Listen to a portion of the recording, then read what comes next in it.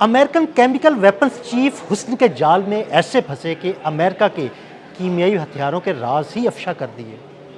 अपनी महबूबा के सामने एतराफ़ करते हुए केमिकल वेपन्स की जगह भी बता दी। ये महबूबा किस मुल्क से आई, किस मुल्क की एजेंट थी?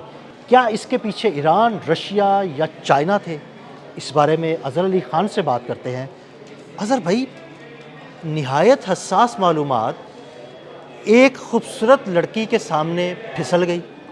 मतलब केमिकल हथियारों का जो चीफ था वो एक खूबसूरत लड़की की मोहब्बत में गिरफ्तार हुआ। जी, उसके सामने ये भी एतराफ़ किया कि अमेरिका के पास केमिकल हथियार हैं, हालांकि उनके रखने पर पाबंदी भी है। जी, जी। उसके बाद उसने उनकी लोकेशंस तक उनको, उस खातून को दे दी। ये खातून क्या किसी दुश्मन मुल्क से आई थी? आदिल भाई, ये ना भौचाल आया हुआ है एक उनकी सियासी हुकूमत में, उनके अस्करी हलकों में, इंटेलिजेंस के हलकों में, और इतना बड़ा राज सामने आ चुका है और इतनी तफसील से आ चुका है कि एक शख्स की ज़बान फिसलती ही चली गई और वो एक एक बात बताता रहा। कमरे में क्या हो रहा था, कमरे में क्या रखा हुआ था, उसने दरवाज़ा खोला, जगह कौन सी है, इतनी तफसील से कि सुनने वाले हैरान रह गए कि ये क्या हुआ है। एक ये खातून थी जो अंडर कवर थी, जर्नलिस्ट के तौर पे मिली उससे, और उससे मिलके वो बहुत ही हसीन थी और ख़ास तौर पे उनकी आंखें बहुत खूबसूरत थी, हालांकि हमने उनको नहीं देखा। तो बस वो उसकी लेकिन आंखों में डूब गया। हाँ जी, लेकिन एंड्रयू हग्स जो हैं सामने बैठ के कह रहे हैं कि मैं तुम्हारी आंखों के सामने रेजिस्ट नहीं कर पा रहा, इतनी हसीन तुम्हारी आंखें हैं। और मुझे तो कभी कभी तुम ऐसा इतनी हसीन हो कि मुझे लग रहा है कि तुम जासूस हो, किसी मुल्क की जासूस तो नहीं हो। तो उसने कहा नहीं नहीं, मैं, उसने हंसते हुए कहा कि नहीं, मैं किसी मुल्क की जासूस नहीं हूँ। लेकिन उसने एक कैमरा लगाया हुआ था अपने यहाँ पर सामने, और वो उसको शूट कर रही थी, और इस कदर ताकतवर माइक से कर रही थी कि पीछे कहीं गाने भी थे तो वो भी कम सुनाई दे रहे हैं आपको। उसकी आवाज़ लेकिन बहुत उसकी साफ आ आवाज़ रही, क्लियर सुनाई दे रही थी। आवाज़ बिल्कुल साफ सुनाई दे रही तो है। उसने उस गुफ्तगू में ये एतराफ़ किया कि अमेरिका के पास केमिकल हथियार मौजूद हैं, हालांकि उनके रखने पर पाबंदी है, और ये भी बताया कि वो कहाँ पर मौजूद है, उनकी लोकेशन तक उसने जो है ना वो बता दी। उसने तफ़सील से बताया। उससे सवाल हुआ कि अच्छा, तो क्या अमेरिका के पास कोई कीमियाई हथियार भी हैं? उसने कहा हाँ हाँ, कीमियाई हथियार हैं और बहुत ज़बरदस्त हैं, और यहाँ रखे हैं मैरीलैंड की फ़लाँ फ़लाँ लोकेशन में रखे हैं, जिसको बाद में उन्होंने वीडियो में बीप लगा दिया और कहीं डॉट डॉट डॉट दे दिया ताकि वो नज़र ना आए। तो लोकेशन बताई उसने।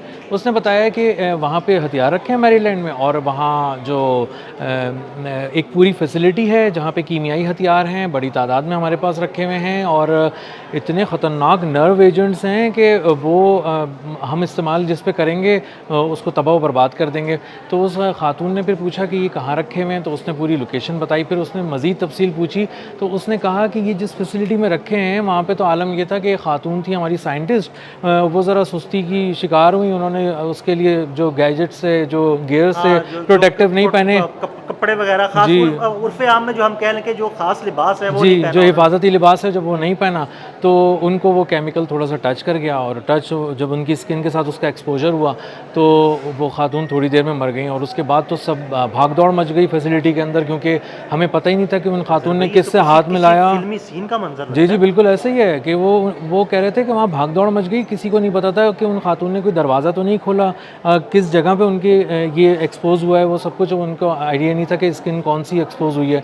कहीं हाथ तो नहीं था कि जो उन्होंने कहीं से दरवाज़ा खोला हो, किस जगह को छुआ है, किन चीज़ों का हाथ लगाया है, कुछ पता नहीं था। तो एक पूरी भाग-दौड़ हो गई, और वो बहुत तफ़सील से इसकी तफ़्तीश होने लगी कि वो कहाँ-कहाँ गई थीं, और सीसीटीवी और जिस तरह से भी वहाँ देखा जाता है, और वो उन सब चीज़ों को देखा गया।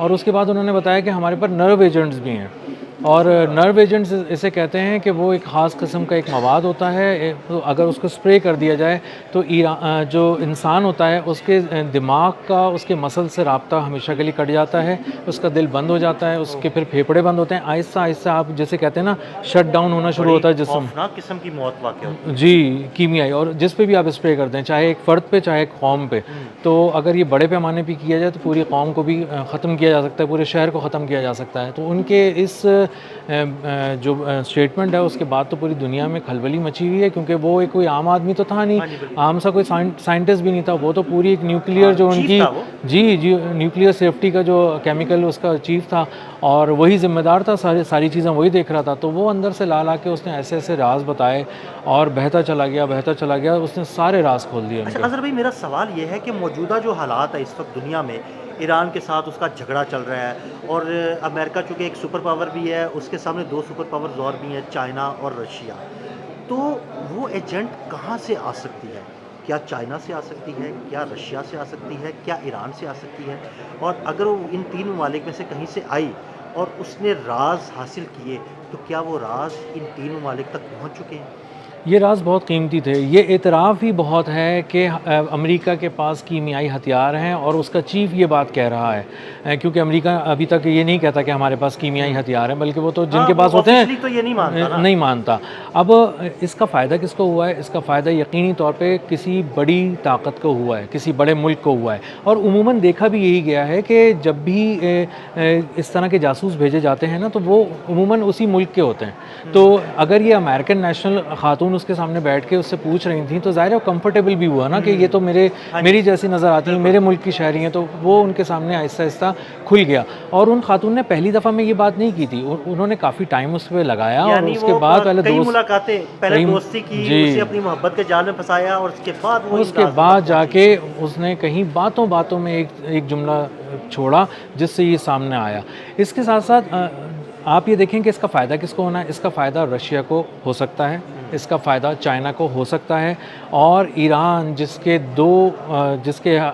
लिंक करते हुए 2 इसराइली भी जो पकड़े गए हाँ जी, हैं अभी बिल्कुल। जासूस, उसके बाद तो इसमें और जान पड़ जाती है इस बात के अंदर कि ईरान क्या कुछ इस तरह के ईरान का जासूसी का नेटवर्क बड़ा तेज़ है। आप देखें ना जी, कि जी। इसराइल में उन्होंने किस तरह लड़ाका तैयारों के राज़ हासिल किए। जी, और इसी तरह अगर अमेरिका तक पहुँच सकती है उनके जी। जासूस और राज़ हासिल कर सकते हैं, तो ये तो बड़ी उनकी कामयाबी हो सकती जी, कुछ ऐसे एजेंट्स होते हैं जो वहीं मकामी लोगों से दोस्ती करते हैं और उनको इस पे आमादा करते हैं, चाहे लालच दे के, चाहे किसी और तरह से, कि वो उनके लिए काम करें। तो जब लोकल आदमी कोई काम करता है तो ज़्यादा कॉन्फिडेंस से करता है, और सामने वाले का भी कॉन्फिडेंस उस पे बहुत ज़्यादा होता है, और इसीलिए वो मोहब्बत के जाल में फँस भी गए एंड्रयू हग्स, और इसीलिए वो आहिस्ता-आहिस्ता सब कुछ बताते चले गए, क्योंकि उन्हें अंदाज़ा हुआ कि मैंने थोड़ी-सी मालूमात दी थी, वो तो लीक नहीं हुई, फिर थोड़ी दी थी, वो लीक नहीं हुई, तो फिर एक दफ़ा में उन्होंने पूरी मालूमात दे दी और पता कोऑर्डिनेट्स तक शेयर कर दिए जहाँ पे कीमियाई हथियार रखे हैं।